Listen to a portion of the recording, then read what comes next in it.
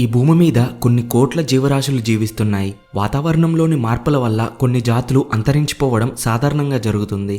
దాదాపు 300 కోట్ల సంవత్సరాల క్రితం భూమి మీద మొదటి జీవం ఏర్పడితే అది ఇన్ని కోట్ల సంవత్సరాలలో ఎన్నో జీవాలుగా పరిణామం చెంది కొన్ని లక్షల జాతులుగా ఏర్పడ్డాయి. అయితే మరో 25 కోట్ల సంవత్సరాలలో భూమి మీద ఉన్న జీవరాశులన్నీ అంతరించిపోతాయని, భూమి మొత్తంలో కేవలం 8% ఏరియా మాత్రమే జీవించడానికి అనుకూలంగా ఉంటుందని శాస్త్రవేత్తలు చెప్తున్నారు. అసలు ఇన్ని కోట్ల సంవత్సరాలలో భూమికి ఏం జరుగుతుంది, జీవరాశులు ఎందుకు అంతరించిపోతాయో తెలుసుకుందాం. మనలో చాలా మందికి ఈ విషయం తెలియకపోవచ్చు. భూమిని శాటిలైట్ వీడియోస్ అండ్ ఇమేజెస్లో చూస్తే కాంటినెంట్స్ అండ్ ఓషియన్స్తో ఇలా కనబడుతుంది. కానీ భూమి పైన లేయర్ అంతా ఇలాగా డిఫరెంట్ పార్ట్స్తో డివైడ్ అయి ఉంటుంది. వీటినే టెక్టానిక్ ప్లేట్స్ అని అంటారు.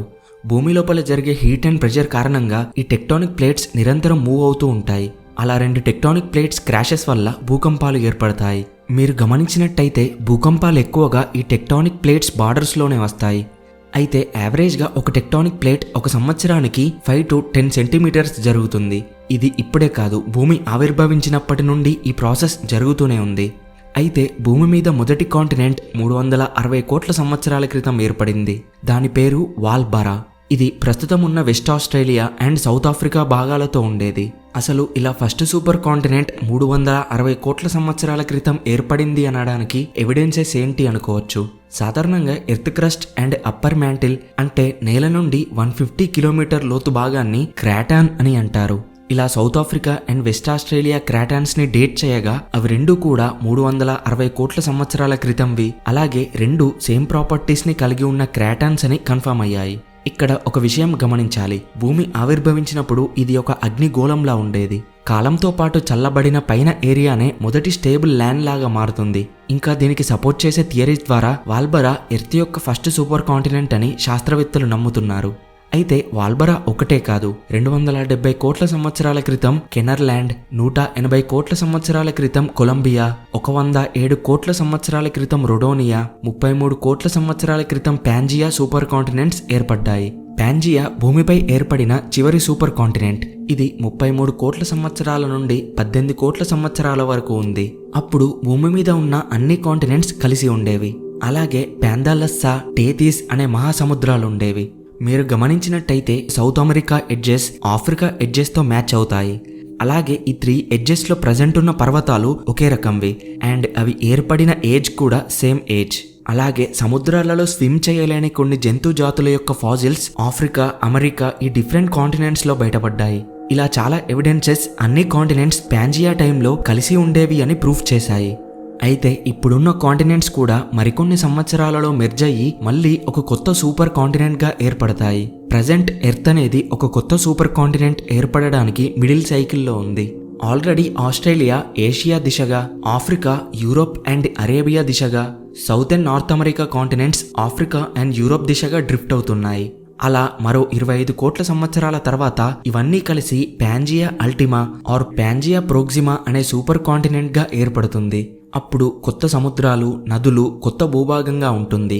ప్రస్తుతం ఉన్న ఎవరెస్ట్ కన్నా ఇంకా ఎత్తైన పర్వతాలు ఏర్పడతాయి. అయితే ప్రతిరోజు అగ్నిపర్వతాల నుండి thousands of tons carbon dioxide అట్మాస్ఫియర్లోకి విడుదలవుతుంది.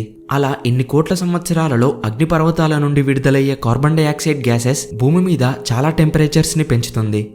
ఇదీ కాక సన్ యొక్క లైఫ్ సైకిల్లో భాగంగా ప్రతిరోజు సన్ యొక్క సైజ్ అండ్ ఎనర్జీ పెరుగుతుంది. అలా ప్రతి 10 కోట్ల సంవత్సరాలకి అది భూమి మీదకి ఇచ్చే ఎనర్జీలో 1% పెరుగుతుంది. అలా 25 కోట్ల సంవత్సరాల తర్వాత అట్లీస్ట్ సన్ నుండి 2% ఎక్స్ట్రా హీట్ భూమి మీదకి వస్తుంది. ఈ రీజన్స్ వల్ల ఎర్త్పై హ్యూమిడిటీతో పాటు average temperatures 40 degrees Celsius to 50 degrees Celsius వరకు అవుతాయి. ప్రజెంట్ ఎర్త్పై average temperature 15 to 20 degrees Celsius. అయితే 40 degrees Celsius దాటితే ఆ టెంపరేచర్స్కి భూమి మీద ఉండే humans, mammals and other species బ్రతకలేవు. ఆ ఎక్స్ట్రీమ్ టెంపరేచర్స్కి అన్ని చెట్లు పెరగడం కూడా కష్టమే. అప్పుడు జీవం అంతరించిపోతుంది. భూమి అంతా ఒక ఎడారిగా మారుతుంది. కేవలం సముద్రపు ఒడ్డుగా ఉన్న ఏరియాస్ మాత్రమే జీవించడానికి అనువుగా ఉంటాయి. ప్రస్తుతం భూమి మీద 66% ల్యాండ్ జీవించడానికి అనువుగా ఉంటే ఫ్యూచర్లో కేవలం 8% ల్యాండ్ మాత్రమే జీవించడానికి ఉంటుందని శాస్త్రవేత్తలు అంటున్నారు. ప్రస్తుతం నార్త్ అండ్ సౌత్ పోల్లో చాలా లో టెంపరేచర్స్ ఉన్నాయి. ఫ్యూచర్లో ఆ ప్రాంతాల జీవులు ఉండడానికి అనువుగా ఉంటాయి.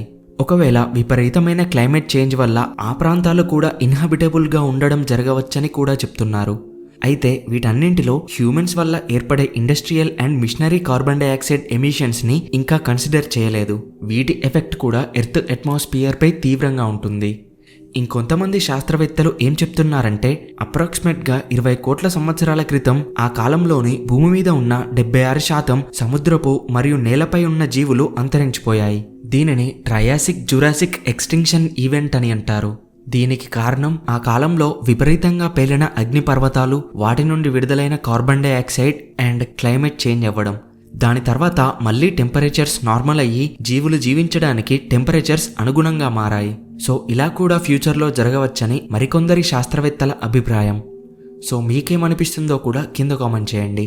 ఇలాంటి space and astronomy videos miss కాకుండా పొందడానికి ఛానల్కి సబ్స్క్రైబ్ అవ్వండి. Thanks for watching.